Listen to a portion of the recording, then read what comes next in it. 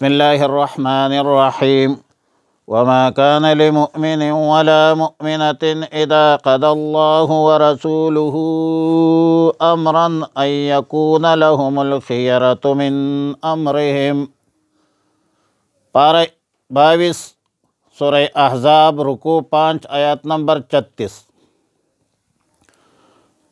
مذکورہ آیات زید بن حارثہ رضی اللہ تعالی عنہ کے حوالے سے نازل ہے۔ زید بن حارثہ رضی اللہ تعالی عنہ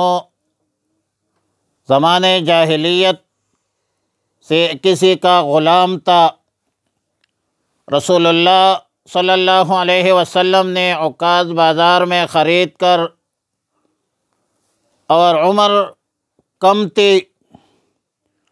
تو رسول اللہ مبارک صلی اللہ علیہ وسلم نے خریدنے کے بعد آزاد کیا، اور عرب کے عام دستور اور رواج کے مطابق اپنا منہ بولا بیٹا بنا دیا۔ بہترین پرورش کی مکہ مکرمہ میں لوگوں نے زید بن محمد کے نام سے پکارنا شروع کیا، اگرچہ اسی سورہ احزاب میں اس رسم جاہلیت اور رواج بد کی سخت ممانعت ہوئی کہ ادعوہم لآبائہم، اور اس کے بعد صحابہ کرام رضوان اللہ تعالی علیہم اجمعین نے زید بن محمد کہنا چھوڑ دیا۔ یاد رکھیں کہ پورے قرآن کریم میں انبیاء علیہم السلام کے علاوہ کسی بڑے سے بڑے صحابی کا نام مذکور نہیں، ما سوائے زید بن حارثہ رضی اللہ تعالی عنہ کا۔ جب زید بن حارثہ رضی اللہ تعالی عنہ جوان ہوئے تو رسول اللہ صلی اللہ علیہ وسلم نے نکاح کے لیے زینب بنت جحش کا انتخاب کیا، پیغام نکاح پہنچایا، لیکن ظاہر ہے کہ آزاد کردہ غلام ہونے کی وجہ سے زینب بنت جحش کے بھائی عبداللہ ابن جحش نے اس رشتہ سے انکار کیا، تو اسی پر آیات کریمہ نازل ہوئی کہ وما كان لمؤمن ولا مؤمنة اذا قضى اللہ ورسولہ، کہ جب رسول اللہ صلی اللہ علیہ وسلم کسی امر کا حکم بطور وجوب دے دے تو حکم کی تعمیل واجب ہوتی ہے۔ زینب بنت جحش نے اور اس کے بھائی عبداللہ ابن جحش نے آیات کریمہ سنی تو آیات کریمہ پر راضی ہو گئے، اور مہر میں تقریباً کوئی 4 تولے سونا، 1 باربرداری کا جانور، 1 زنانہ جوڑا، اور 25 سیر گندم، 5 سیر کھجور، یہ چیزیں بھی ادا کی۔ حافظ اماد الدین ابن کثیر اور دیگر مفسرین دیگر 2 واقعات بھی لکھتے ہیں۔ ایک واقعہ ہے حضرت جلیبیب رضی اللہ تعالی عنہ کا، جس کا رشتہ ایک انصاری صحابی کے بچی سے، لڑکی سے ہونا تھا، اور یہ کرنا چاہتا تھا، جس پر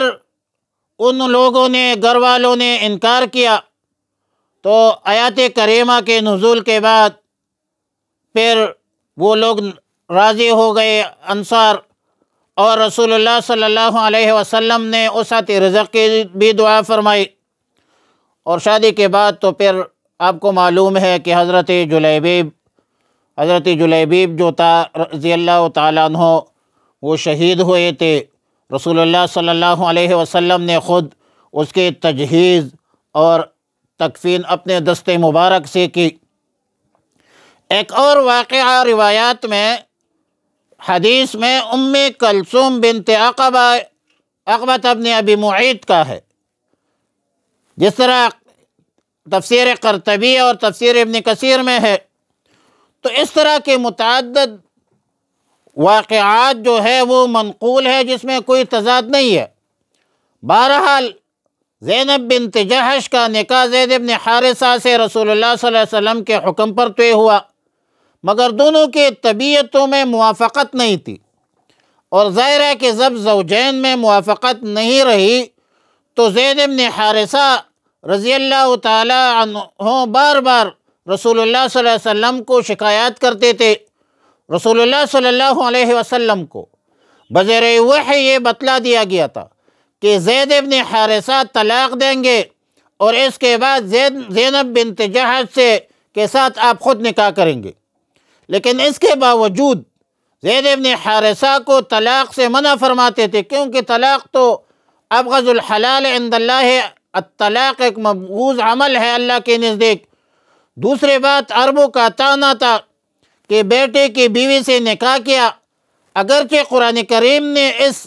دستوری جاہلیت کو سختی سے رد کیا سورہ احزاب میں،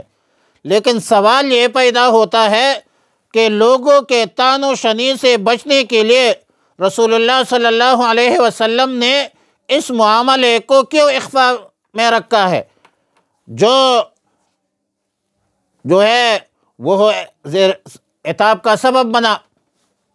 جواب یہ ہے کہ اس حوالے سے تو اصل ضابطہ یہ ہے